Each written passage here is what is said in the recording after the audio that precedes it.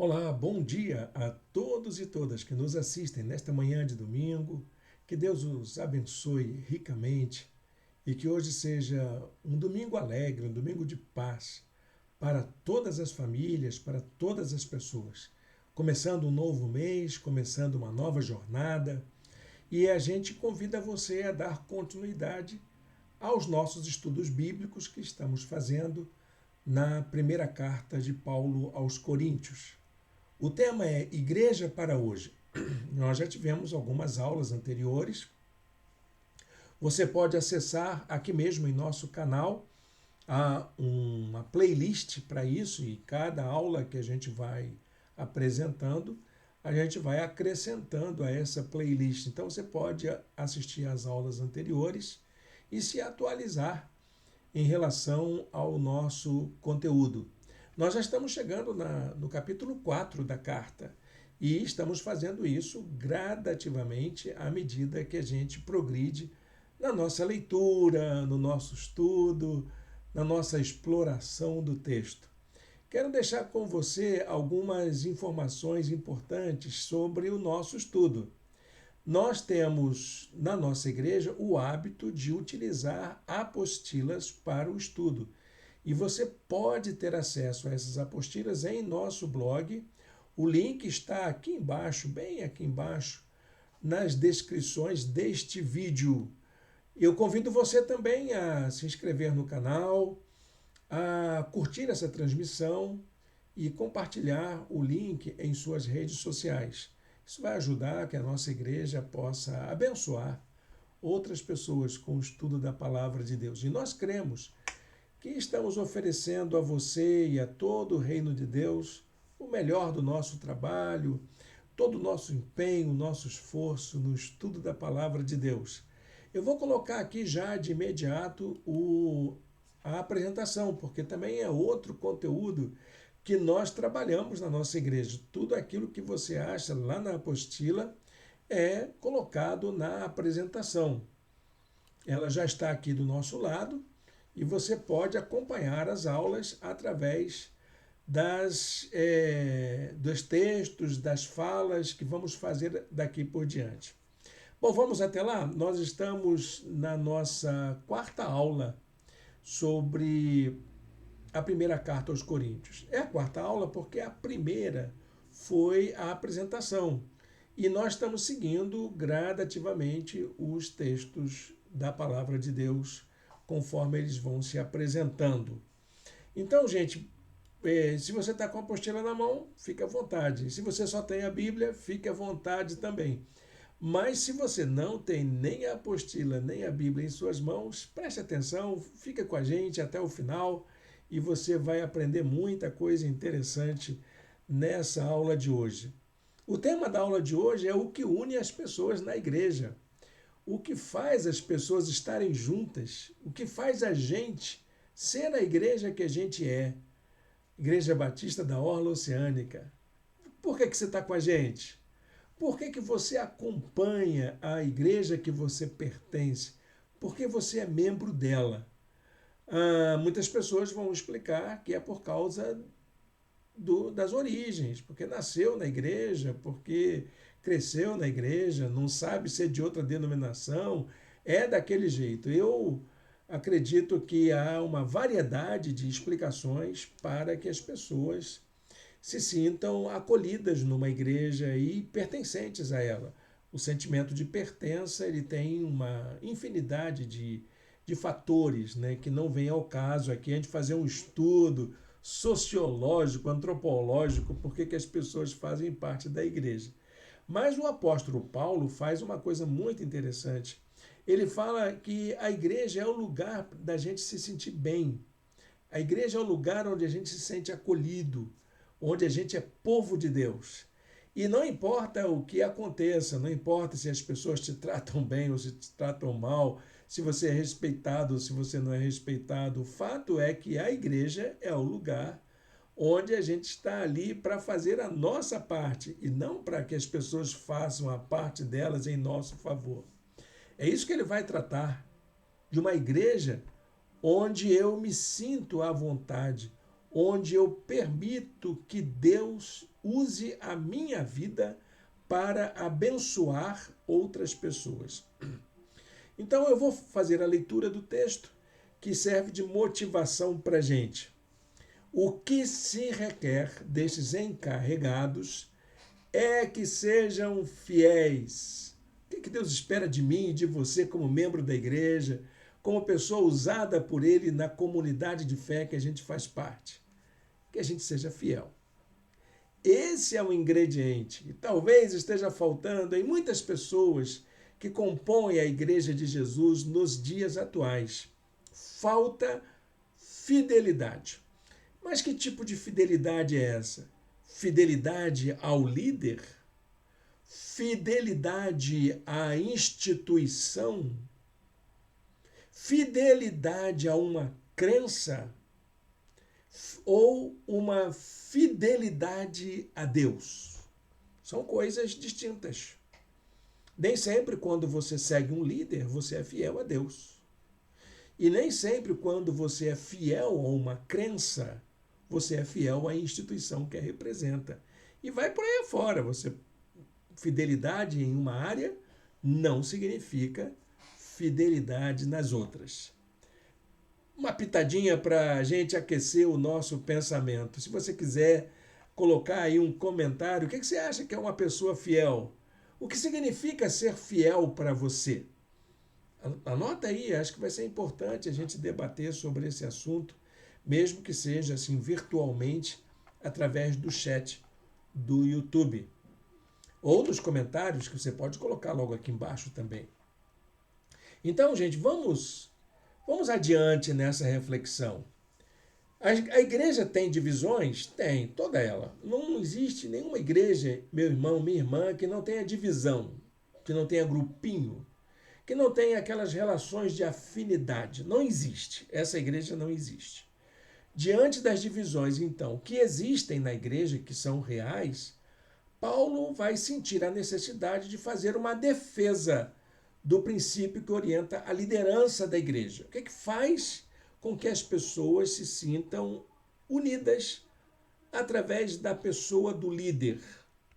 Então,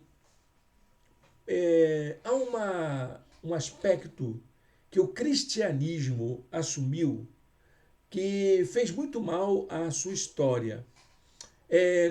Aconteceu exatamente naquele momento em que o cristianismo se tornou cristandade. São duas coisas diferentes, tá bom, gente? Cristianismo é esse movimento. Cristianismo é um movimento, não é uma religião propriamente. É um movimento que está em torno da pessoa de Jesus Cristo. Jesus não tem uma religião específica para ele. Jesus, ele era um judeu. E ele, como judeu, ele abriu os horizontes para que todas as pessoas pudessem seguir suas ideias, seus ensinos e viverem conforme a sua vontade e seu exemplo. A igreja se tornou cristandade quando ela se institucionalizou, quando ela se tornou uma religião e se pretendeu ser uma religião universal. Aí ela se tornou uma cristandade. É nesta hora que a igreja se torna cristandade que acontece um grande equívoco. Quando ela se institucionaliza como uma religião, então acontece isso que eu vou chamar de um grande equívoco, um grande problema para a vida da igreja, que é a divisão dos pertencentes à membresia da igreja, ao colegiado, ao povo de Deus, entre clérigos e leigos. São palavras bem diferentes, né? O que é um clérigo?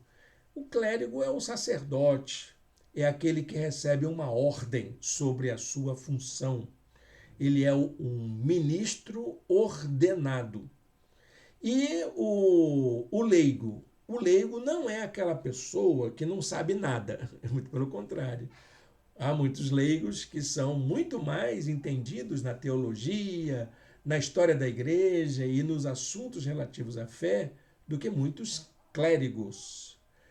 O leigo é aquele que não é clérigo, aquele que não está na liderança, é o povo. Leigo vem de povo, exatamente, são todas as pessoas que compõem a igreja que não tem um cargo ordenado, que recebe uma ordem sobre ele, ou um sacramento sobre ele. Há muitas pessoas que acham que os pastores, como eu, por exemplo, estou aqui com vocês, acham que os pastores são ministros ordenados. Não, nós não recebemos nenhuma ordem, não. Nós somos consagrados. Há uma consagração. E essa consagração é que nos atribui a competência, a autoridade para a gente poder servir as igrejas. Servir, não para mandar nas igrejas, mas para servir as igrejas. E, na verdade, todo pastor também é povo. Todo pastor faz parte da comunidade.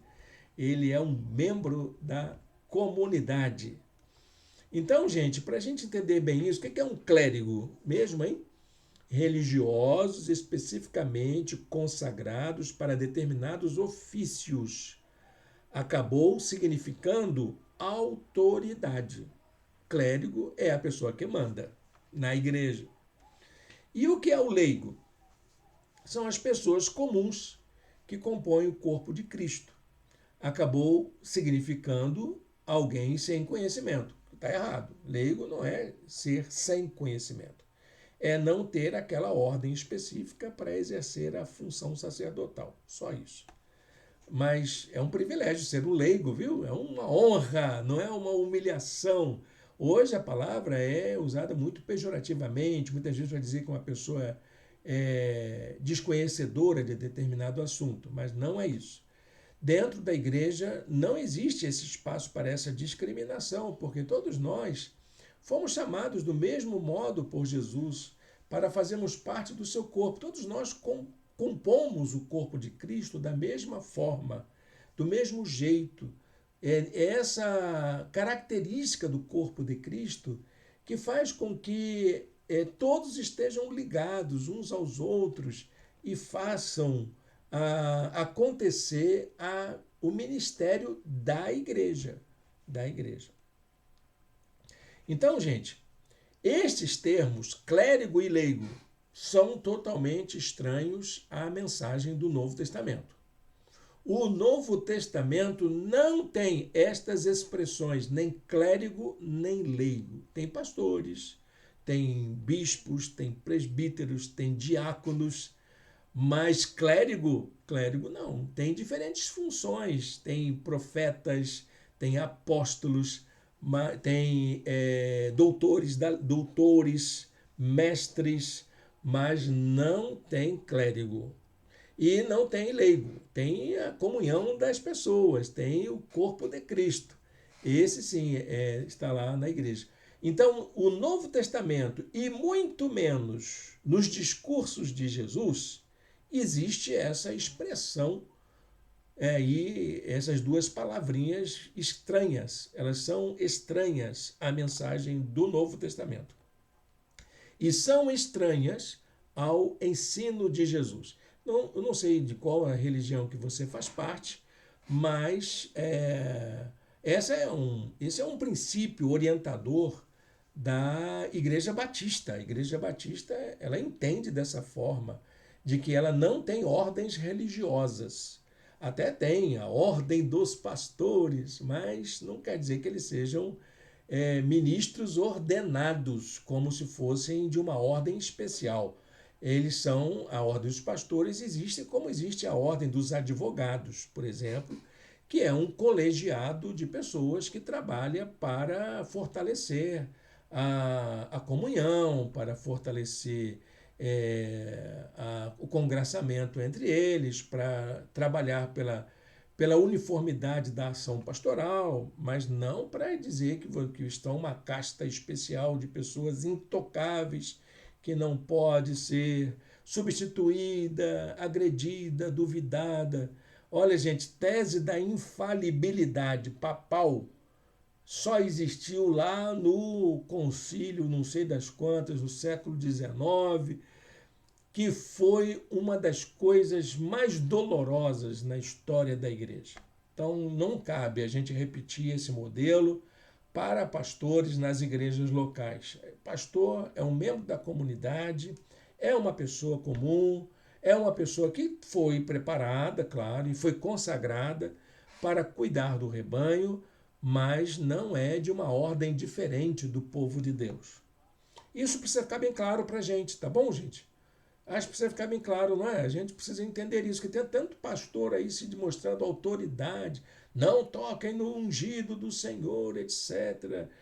Aí o título pastor parece pouco, aí vai buscar o título de bispo.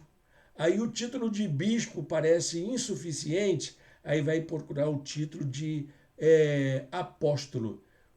Como o título de apóstolo já está ficando saturado, tem gente dando cada nome para essa posição de autoridade que não está de brincadeira, né? A gente precisa parar com isso e a nossa igreja não tem essa característica, a Bíblia não ensina isso e nós apenas seguimos essa ideia de que pastores são servos, não são donos da igreja, não mandam na igreja. Pastores são servos. Gosto dessa ideia, gosto de me sentir assim, viu? Eu me sinto muito bem sendo ajudador dos irmãos, servindo aos irmãos. Eu me sinto muito bem. Estou aqui não com essa autoridade de quem manda em escritura. Não, eu sou um estudante da Bíblia e convido você a caminhar junto comigo nessa jornada. Então, essa divisão entre clérigos e leigos cria a falsa ideia de que há pessoas mais importantes que outras na igreja. Também cria a ilusão de que há esferas exclusivas para alguns. Aqui, pessoas que não são da ordem não entram. Não, não é isso não, meu irmão.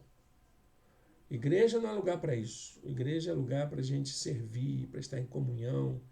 Claro que tem algumas reuniões disciplinárias para poder preservar a vida do irmão que está naquela situação de disciplina. Precisa ser reservada, não é disso que estamos falando, não. Eu estou dizendo assim, ó, o lugar onde o pastor entra, ninguém entra.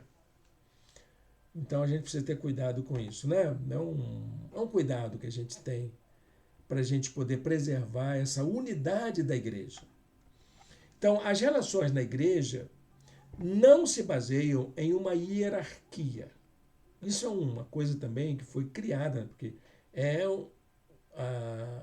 a função clerical, ela é clerical. Eu estou lembrando aqui daquela golinha, né, que muitos sacerdotes usam e que tem pastor que gosta de usar. Eu só, olha, irmão, irmã, nunca usei, nem tenho vontade de usar. Acho que não faz nenhum sentido. Ele não é uma indumentária. Eu sou igual vocês. Eu estou aqui, ó, com a minha roupa de povo, roupa de gente, para a gente poder olhar um no olho do outro e dizer: estamos buscando o mesmo Deus, estamos buscando crescer na mesma fé.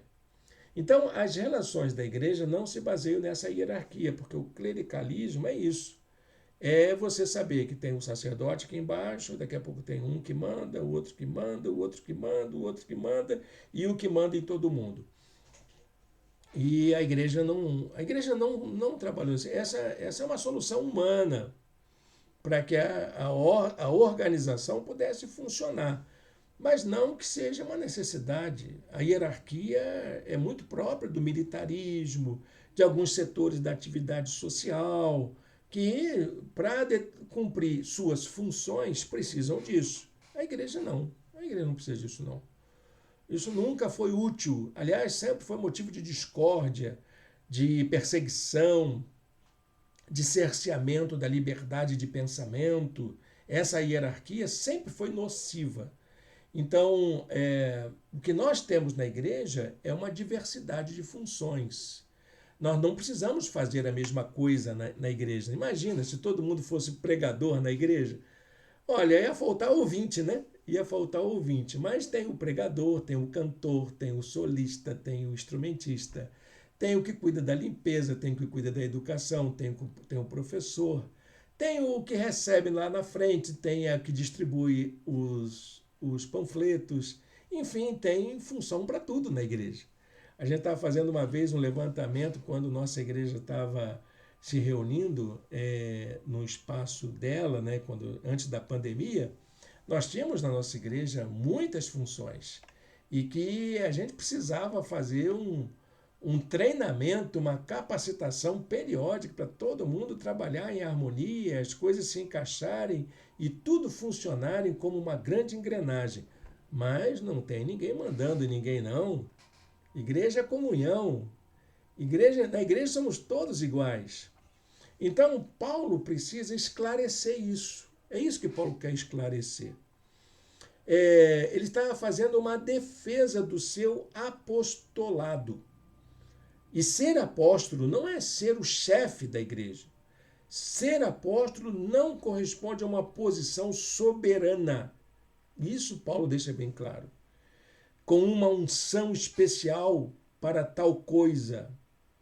Mas em ser alguém que é enviado a servir e auxiliar a outros no cumprimento da missão de anunciar a mensagem do reino de Deus no mundo. Isso é ser apóstolo. Algo completamente diferente dos tais apóstolos que se autonomearam nos dias atuais. É uma função? Sim, é uma função. Só que é uma função de servir. Uma função de trabalhar, não de ser servido, não de mandar. Olha o que ele diz lá em 1 Coríntios 4, de 9 a 13. Porque me parece que Deus nos colocou a nós, os apóstolos, em último lugar. Em último lugar. Não é no primeiro, viu, meu irmão? Você que quer ser apóstolo da igreja. Não é lá em cima, é lá embaixo. Como condenados à morte.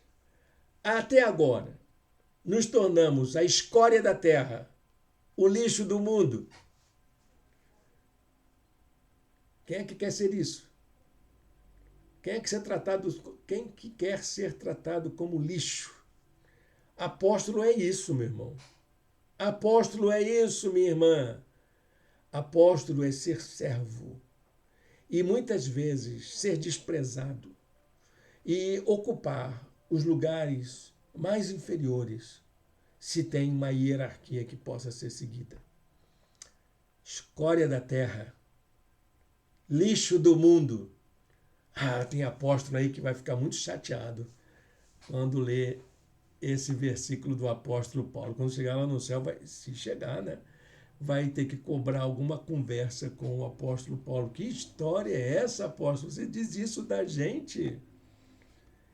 Então, líderes que reivindicam alguma autoridade para si, além do privilégio de ser um participante do corpo de Cristo, olha que isso já é um grande privilégio. Você já ser parte do corpo de Cristo já é um grande privilégio. Então, líderes que querem privilégios não compreenderam a dimensão bíblica do pastoreio. Você sabe o que é pastorear, meu irmão, minha irmã? Pastorear é cuidar. É isso que é pastorear. Pastorear não é a tarefa de uma pessoa, mas a tarefa do corpo de Cristo. É ela ser cuidadora das vítimas, das pessoas que sofrem, dos oprimidos, daqueles esquecidos, dos marginalizados de uma sociedade opressora. Então, pastorear é cuidar uns dos outros. É a gente poder se cuidar. É isso que é o pastoreio. O pastoreio é isso. Então, quem é ungido na igreja de fato? O ungido na igreja é Jesus. É ele que tem a unção. É ele que tem a unção. O que não acontece na igreja, aqueles que exercem uma função, é que nós somos chamados a tomar parte desta unção divina que é de Jesus. E somente na medida em que nos relacionamos com Jesus é que recebemos a unção do Espírito. Então, meu querido, para que você tenha unção espiritual, você precisa estar comprometido com o grande líder e cabeça da igreja, Jesus. É a ele que servimos. E ele nos chama para apacentar os seus cordeiros. Então, na verdade, todos nós estamos debaixo dessa unção de Jesus para realizarmos o que ele nos chamou para fazer. Eu estou debaixo da unção de Jesus para ser o pastor da igreja. Mas tem aquela irmãzinha que está debaixo da unção de Jesus para trazer a igreja sempre limpinha. Existe aqueles irmãos que estão debaixo da unção de Jesus para trazerem ambiente acolhedor, de adoração, de celebração na hora dos cultos com seus dons na música. Então, cada um com a sua unção exerce, a sua unção de Jesus sobre ele, exerce a sua função para a glória de Deus. Então, é em função dessa unção que há espaço na igreja para a hierarquia. Que hierarquia? Eu aqui e Jesus acima de mim. Essa é a hierarquia. Agora, fora disso, não há espaço algum para hierarquia e exercícios de poder de um sobre o outro. Pode ser até que, por causa das estruturas, né, que a igreja é chamada a se organizar nos dias de hoje, ou, por exemplo, se a igreja for processada, eu tenho que responder juridicamente por ela e tenho o poder de responder por ela. Mas, na vida comunitária, eu sou tanto quanto os nossos irmãos e irmãs. Há um teólogo que atuou muito no Brasil com o Ministério de Estudantes, e eu me lembro muito dele, chamado Hans Burke. Tinha um livrinho dele muito gostosinho de ler, que a gente lia nas reuniões da ABU, quando eu estudei na UFRJ. O reino de Deus é, antes de tudo, um reino de amigos. Sabe o que é que nós somos na igreja, irmão, irmã? Somos amigos uns dos outros. Eu me lembro de um seminarista que a gente tinha na nossa igreja e ele falou uma coisa que me deixou inquietado naquele dia. E eu acho que é isso mesmo. Até hoje eu entendo que a igreja se tornou uma agremiação de pessoas que fazem questão de serem tratadas como irmãos e irmãs, mas que têm pouca relação de amizade. Onde a gente chama todo mundo de irmão e de irmã, mas não trata a ninguém como amigo. Você tem amigo na igreja? Amigo, aquele amigo mesmo. É difícil, né? A gente tem poucos amigos na igreja. A gente tem muito irmão e irmã, né? mas tem poucos amigos. E o reino de Deus é isso. O reino de Deus é um reino de amigos, é um reino de amizades, é um reino de alegria, é um reino de paz, é um reino de justiça. Precisamos aprender a fazer isso. Então, em função das dificuldades com as lideranças eclesiásticas nos dias de hoje, cresce cada vez mais o número de pessoas que amam a proposta de Cristo, querem aprender de Jesus, conhecer seus ensinos e até ter uma espiritualidade baseada na mensagem de Jesus, mas que se sentem incomodadas com o seu corpo. Querem tudo com a cabeça, mas não querem nada com o corpo. Tais pessoas têm sido chamadas de desigrejadas ou sem igreja. Eu não gosto desses nomes. Eles não são nomes adequados para tratá-los. São pessoas que a igreja não fez nada para poder acolhê-los. Então, eles se sentem excluídos, essa é a palavra, da comunhão daqueles que se sentem pertencentes à igreja. Que igreja é essa que exclui? Eu não sei que igreja é essa, não. Mas aí vem essas pessoas que não criam as condições favoráveis para que todos e todas estejam juntas, chamam essas pessoas de desigrejadas, sem igreja.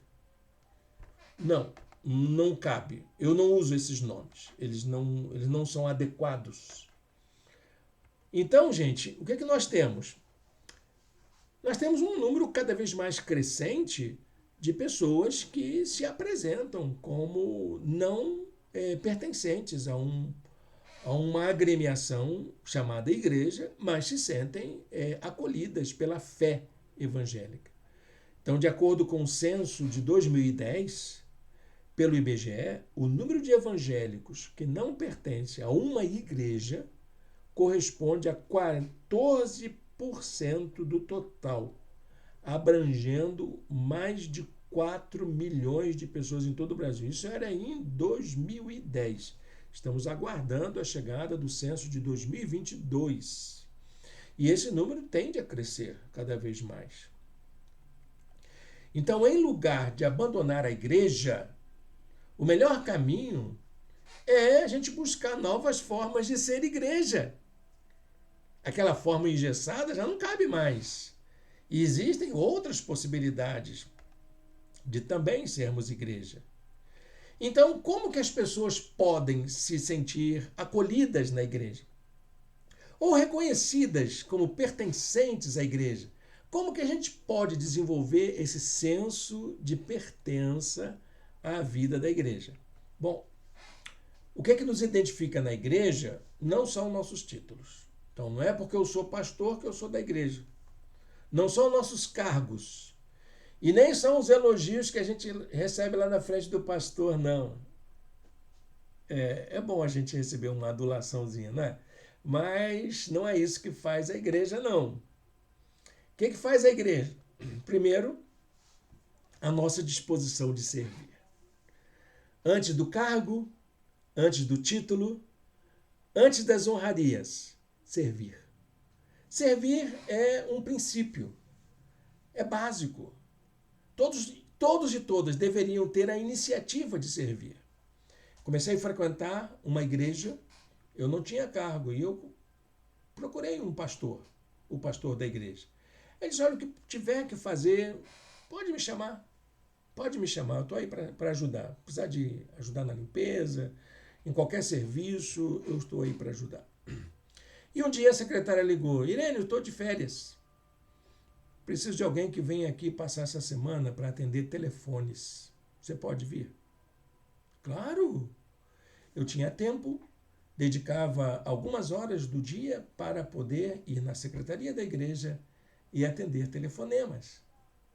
Assim, mas Irene, você é pastor. Isso, e daí? Isso não muda em nada. O pastor da igreja é o fulano. Eu aqui sou membro, sou igual a todo mundo. Eu virei gente e estou aqui com todo mundo.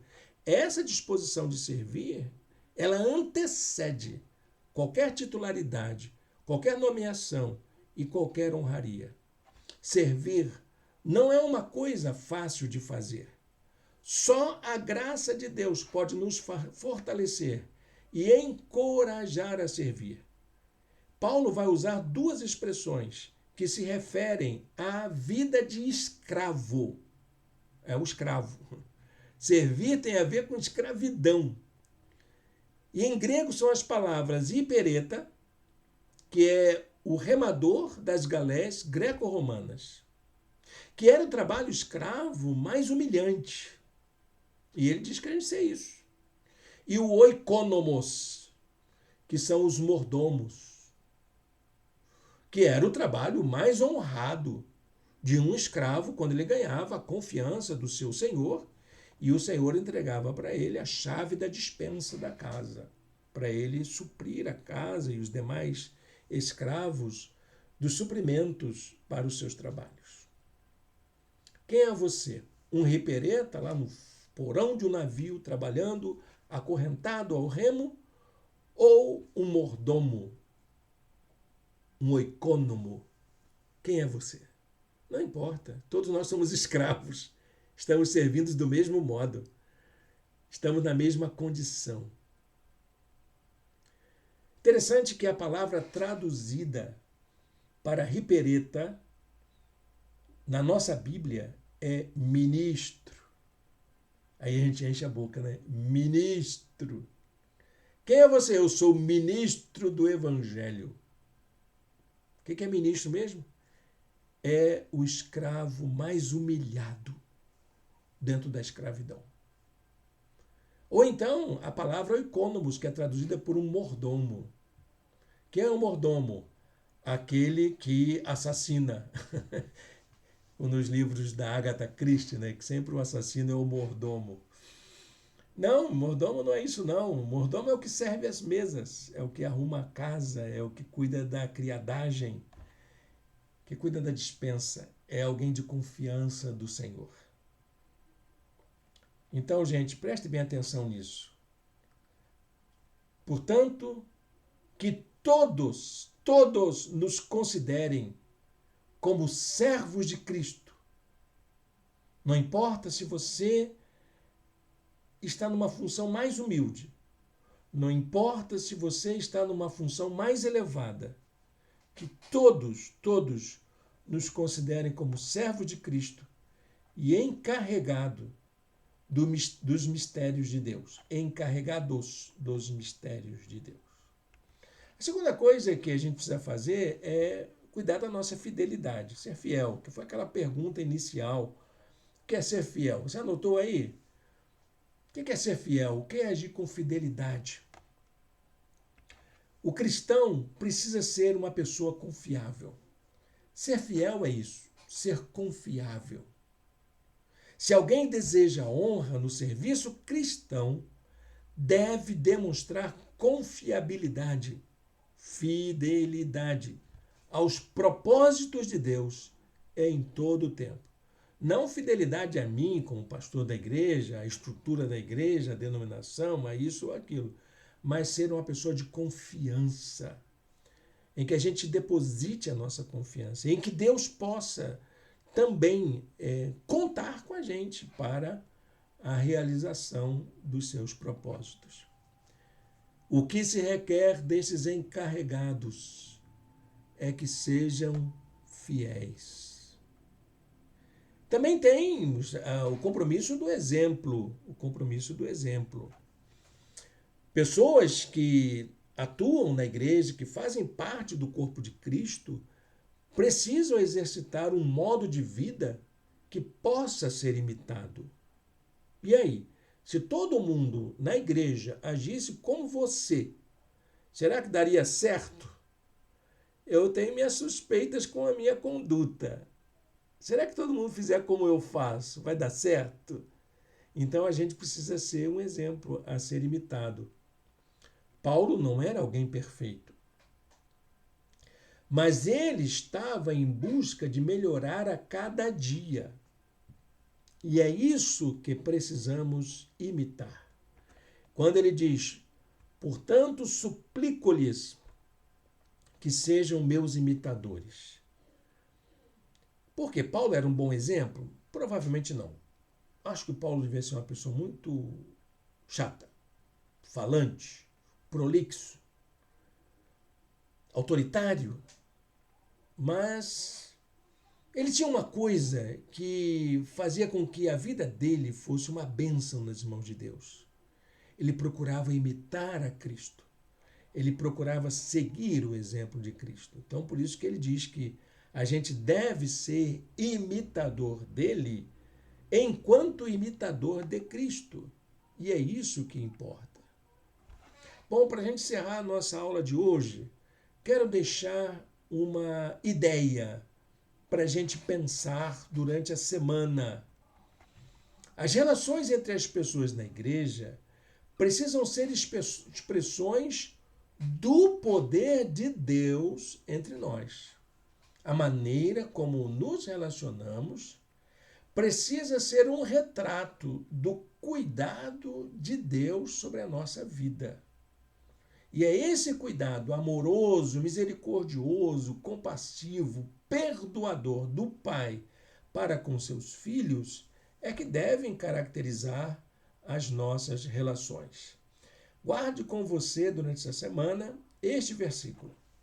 Pois o reino de Deus não consiste de palavras, mas de poder. Não é pelo muito falar, meu irmão, mas pela maneira como a gente permite que a graça de Deus, que o amor de Deus, que o poder de Deus se manifeste entre nós. Vamos encerrar nossa aula de hoje com uma oração. Convido você a fechar os seus olhos e a orar ao Senhor.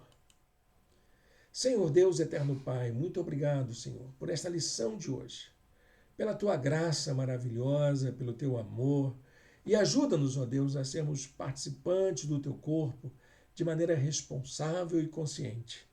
E que possamos, ó Deus, colocar o serviço na frente, colocar a imitação de Cristo na frente e servirmos como exemplos, ó Pai, para aqueles que querem crescer na fé. Nós te pedimos que seja assim, em nome de Jesus. Amém e amém. Amém, meu irmão, minha irmã. Muito obrigado pela sua presença aqui hoje. Quero convidar você a conhecer nossa igreja.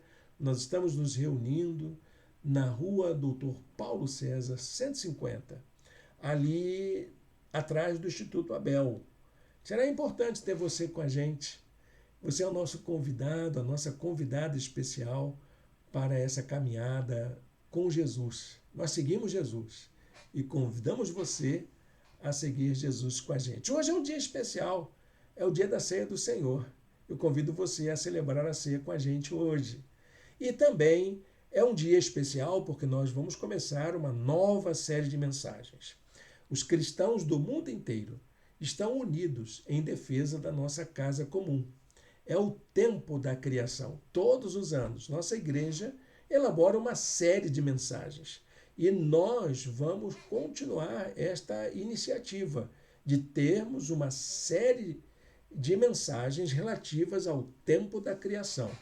E vamos falar sobre o tema deste ano, que é o desejo de que a justiça flua como um rio. Vai ser uma bênção. Eu convido você a estar conosco. Deus o abençoe, um bom domingo na presença de Deus.